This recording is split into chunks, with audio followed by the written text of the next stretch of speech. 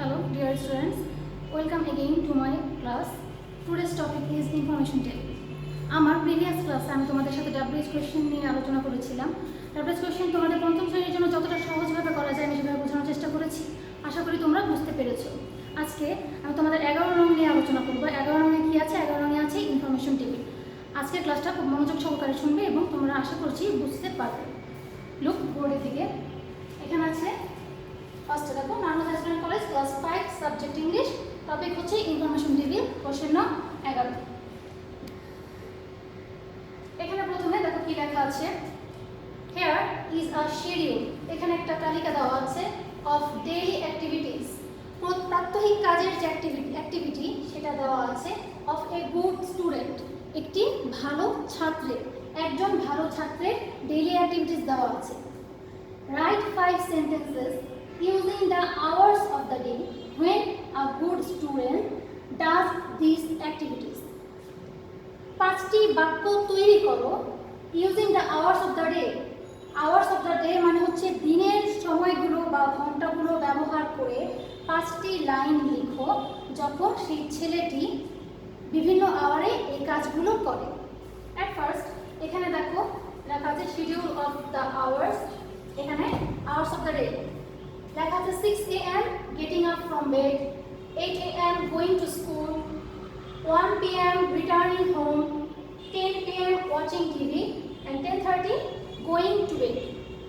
At first তোমাদের প্রশ্ন দিকে একটু খেয়াল করতে হবে যে এটা আমরা করার আগে অবশ্যই আগে প্রশ্নটা খেয়াল করব যে প্রশ্নে কি চেয়েছে বা কোন টেন্সে করতে বলা হয়েছে।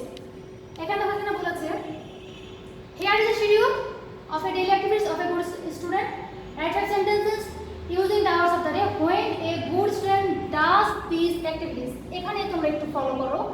does these activities মানে হচ্ছে যখন ভালো ছাত্রটি কাজগুলো করে, দ্যাট মিন্স সে সব সময় করে। আর সব সময় করা বলতে আমরা বুঝি প্রেজেন্ট ইনডিফিনিট টেন্স, মানে এখানে প্রত্যেকটা এখানে আমার যে ইনফরমেশন দেওয়া আছে, টেবিলটাতে যে ইনফরমেশনগুলো দেওয়া আছে, এই ইনফরমেশনগুলো দিয়ে আমি যে বাক্যগুলি তৈরি করব সেই বাক্যগুলো অবশ্যই প্রেজেন্ট ইনডিফিনিট টেন্সে হতে হবে। আচ্ছা, অ্যাট ফার্স্ট আমরা কি লিখতে পারি? আরেকটা জিনিস এখানে বলতে হয় যে গেটিং আপ ফ্রম বেড দেওয়া আছে, কিন্তু যেহেতু আমার প্রেজেন্ট ইনডিফিনিট করতে বলা হয়েছে আমি কি গেটিং আপ ফ্রম বেড লিখবো? নো, আমি কি লিখতে পারি? যেহেতু আ গুড স্টুডেন্টের কথা বলা হয়েছে তাহলে আমি ফার্স্টের লাইনটা লিখতে পারি at 6 AM। এখন প্রশ্ন হচ্ছে মিস অ্যাট বললেন কেন? আমরা জানি ক্লাস 4-এ আমি তোমাদেরকে পড়িয়েছিলাম যে সময়ের আগে কোন প্রিপোজিশন বসে? সময়ের আগে অ্যাট প্রিপোজিশনটা বসে। তাহলে আমরা কি লিখতে পারি? at 6 AM, সাবজেক্ট হচ্ছে এ গুড স্টুডেন্ট।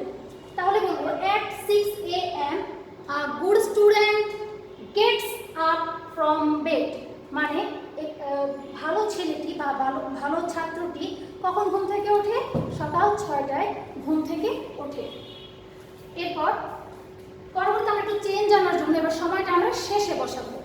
তারপর আমরা বলতে পারি এখানে আবার আমরা এই গুড স্টুডেন্ট বলবো না, কারণ আমরা প্রোনাউনের ব্যবহার শিখেছি যে একটা নাউন বা একটা নাউনকে বারবার ব্যবহার করতে হয় না, তার পরিবর্তে আমরা ছেলের ক্ষেত্রে হি বা মেয়ের ক্ষেত্রে শি, এই প্রোনাউনগুলো কিন্তু আমরা ব্যবহার করতে পারি।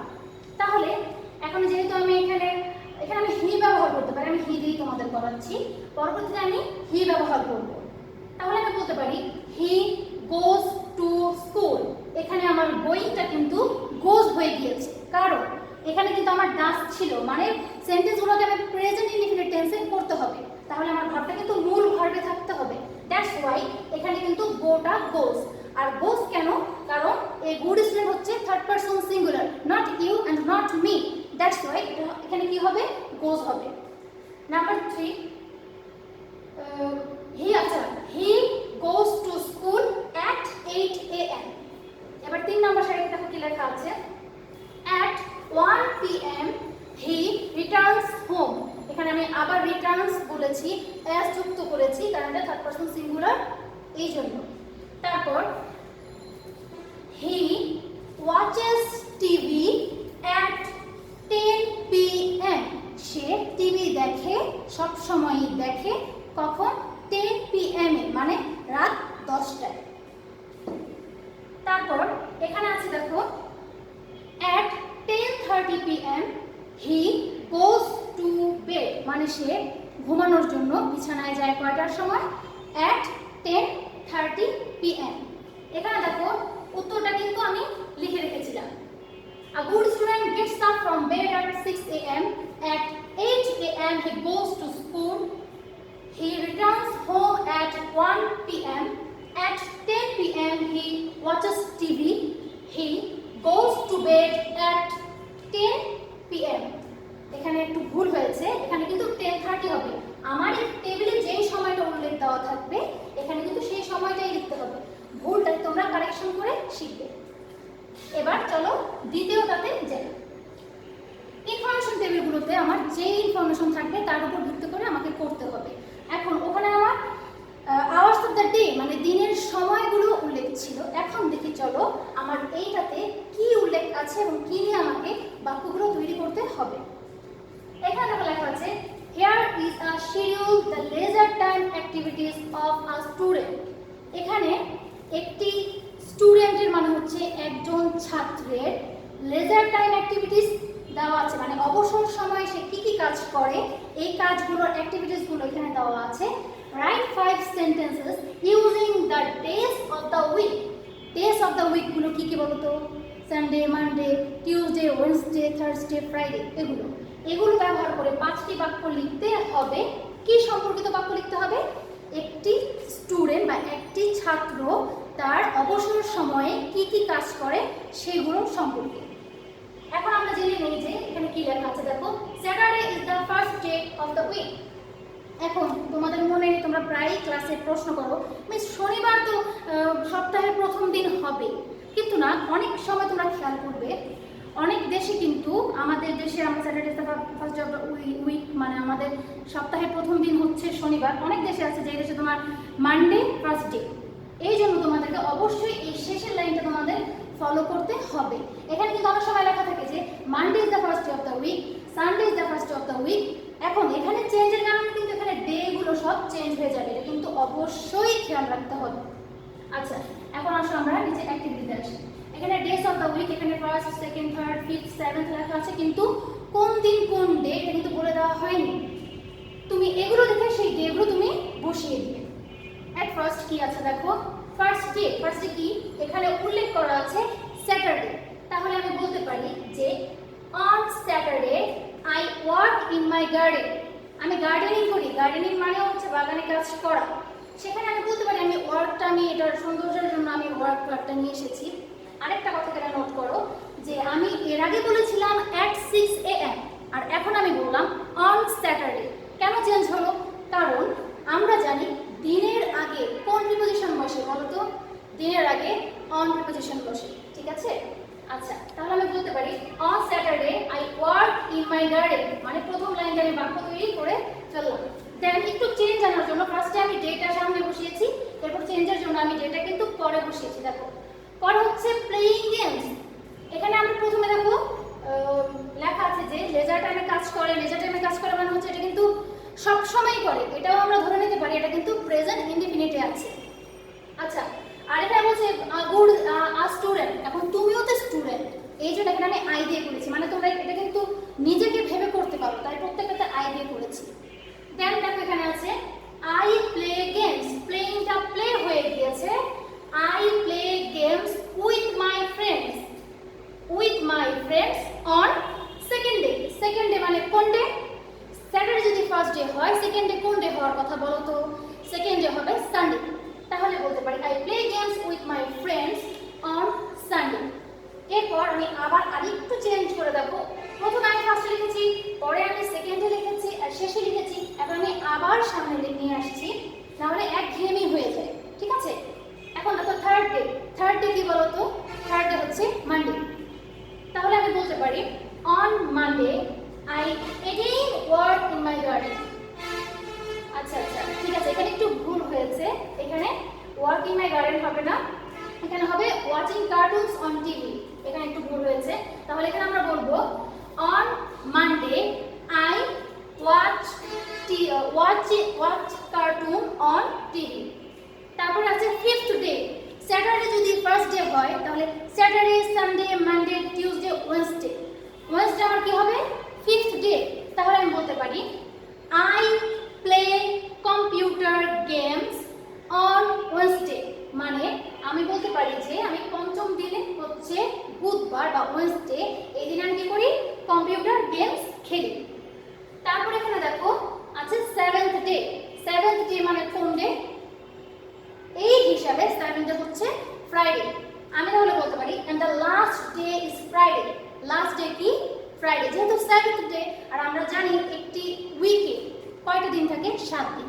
যেহেতু সেভেন্থ ডে বলেছে অবশ্যই ফ্রাইডেটা আমার লাস্ট ডে, এই জন্য আমি এখানে লিখেছি and the last day is Friday when I read story books। এখানে রিডিংটা কিন্তু রিড হয়ে গিয়েছে, যেহেতু পুরোটাই আমাকে করতে হয়েছে প্রেজেন্ট ইনডিফিনিট টেন্সে, দ্যাটস ওয়াই এখানে কিন্তু রিডিং রয়ে যায়নি, এখানে আমি রিড নিয়ে এসেছি। তাহলে at the last day is Friday when I read story books। Last ডেতে আমি স্টোরি বুক কি করি? পড়ি। এবার আসো দেখো যে 3 নম্বরে কি লেখা আছে। Here is a schedule of annual activities of a year। একটা বছরের বাৎসরিক যে কাজগুলো, annual বাৎসরিক যে কাজ, অ্যাক্টিভিটিস মানে কাজ, বাৎসরিক একটি ইয়ারের বাৎসরিক যে কাজগুলো থাকে এখানে তারই একটা তালিকা দেওয়া আছে। এখন এই তালিকা থেকে কি করতে হবে?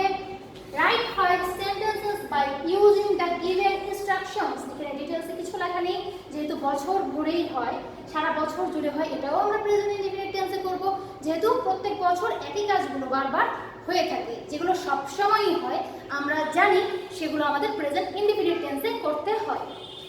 তাহলে এখানে দেখো annual activities, months of the year, programs, title। এখানে দেখো লেখা আছে ফার্স্ট মান্থ। এখন বলো তো ফার্স্ট মান্থ এখানে কোনো চেঞ্জ নেই যে জুন থাকতে পারে, জানুয়ারি থাকতে পারে, অগস্ট থাকতে পারে, এরকম না। আমরা জানি যেখানেই হোক না কেন জানুয়ারি হচ্ছে কি ফার্স্ট মান্থ। তাহলে এখানে লেখা আছে ফার্স্ট মান্থ। প্রোগ্রাম কি? বৈশাখী মেলা। এখন আমি সেন্টেন্সটা বুঝাবো কিভাবে। In January. এখন আবার প্রশ্ন হচ্ছে মিস ইন কেন হলো? কারণ আমরা জানি মাসের আগে ইন বসে। ইন একটা কি? প্রিপোজিশন। মাসের আগে ইন বসে, এই জন্য আমি জানুয়ারির আগে কি বসিয়েছি? ইন বসিয়েছি। আর এখানে আছে ফার্স্ট মান্থ, দ্যাটস ওয়াই এখানে আমি ইন জানুয়ারি লিখেছি। তাহলে এখানে আমি বলতে পারি দেখো জানুয়ারি মাসে কি আছে? বৈশাখী মেলা। আমি বলবো ইন জানুয়ারি আই সেলিব্রেট বৈশাখী মেলা। জানুয়ারি মাসে কি করি? বৈশাখী মেলা আমি সেলিব্রেট করি বা উদযাপন করি। ওকে, তারপরে এখানে দেখো third month. January is the first month of the year, তাহলে থার্ড মান্থ কি হতে পারে? হ্যাঁ, থার্ড মান্থ হচ্ছে মার্চ। Annual sports. অ্যানুয়াল স্পোর্টসে তুমি কি করো? বাৎসরিক যে খেলা হয়, আমাদের স্কুলেও কিন্তু খেলা হয়। খেলায় কি করো? আমাদের স্কুলে কিন্তু প্রত্যেকটা স্টুডেন্ট খেলায় অংশগ্রহণ করে, তাই না? আচ্ছা, তাহলে অংশগ্রহণ করা মানে কি? অ্যাটেন্ড। আমি লিখতে পারি আই অ্যাটেন্ড অ্যানুয়াল এক্সাম। এখানেও ভুল হয়েছে, এখানে কি হবে? স্পোর্টস।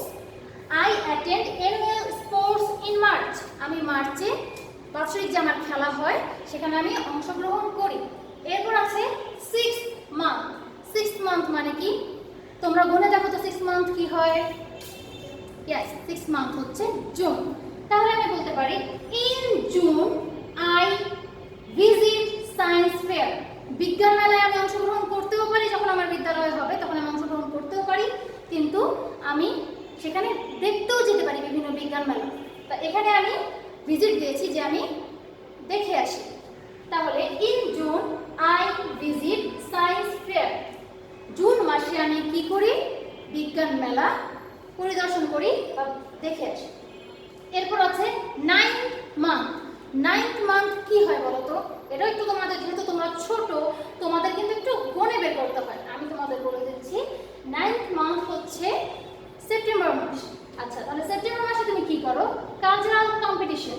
আমাদের স্কুলেও কিন্তু সারা বছর অনেক কম্পিটিশন হয়, অনেক সাংস্কৃতিক অনুষ্ঠান হয়, সেখানে কিন্তু তোমরা সবসময় কি করো? অ্যাটেন্ড করো।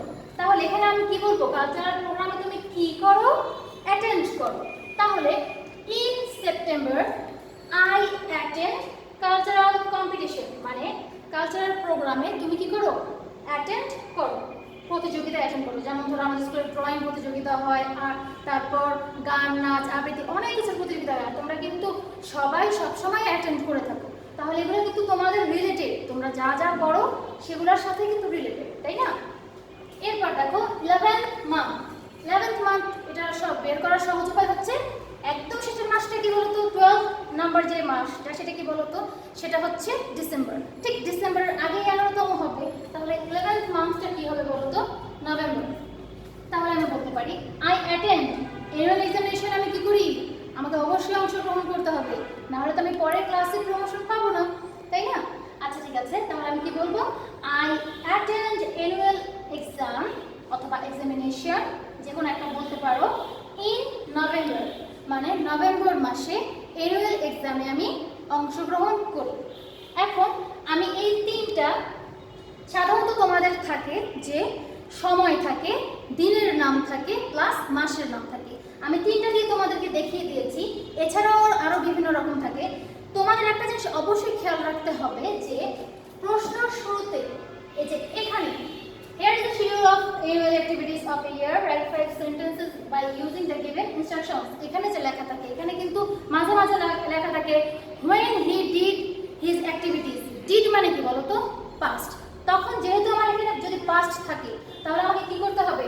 এই পুরো যেখানে 5টা লাইন বা 6টা লাইন যে কয়টাই থাকুক আমাকে কিন্তু past tense করতে হবে।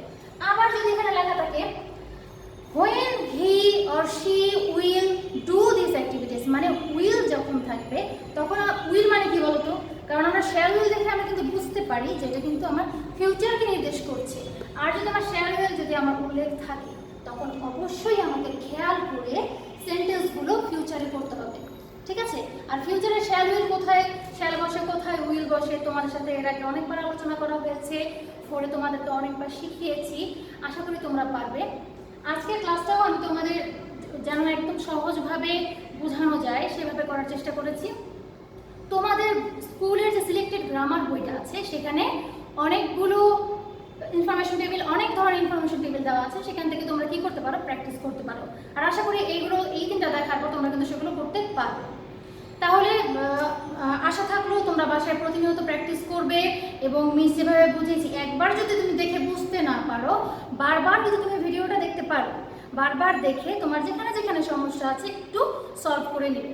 আর বাসায় স্টাডি করবে, যেহেতু সামনে আমরা পরীক্ষা নিতে যাচ্ছি, বাসায় কিন্তু প্রতিদিনই খুব করে স্টাডি করতে হবে। তোমরা সবাই ভালো থাকবে, খুব ভালো থাকবে। আজকে এই পর্যন্তই।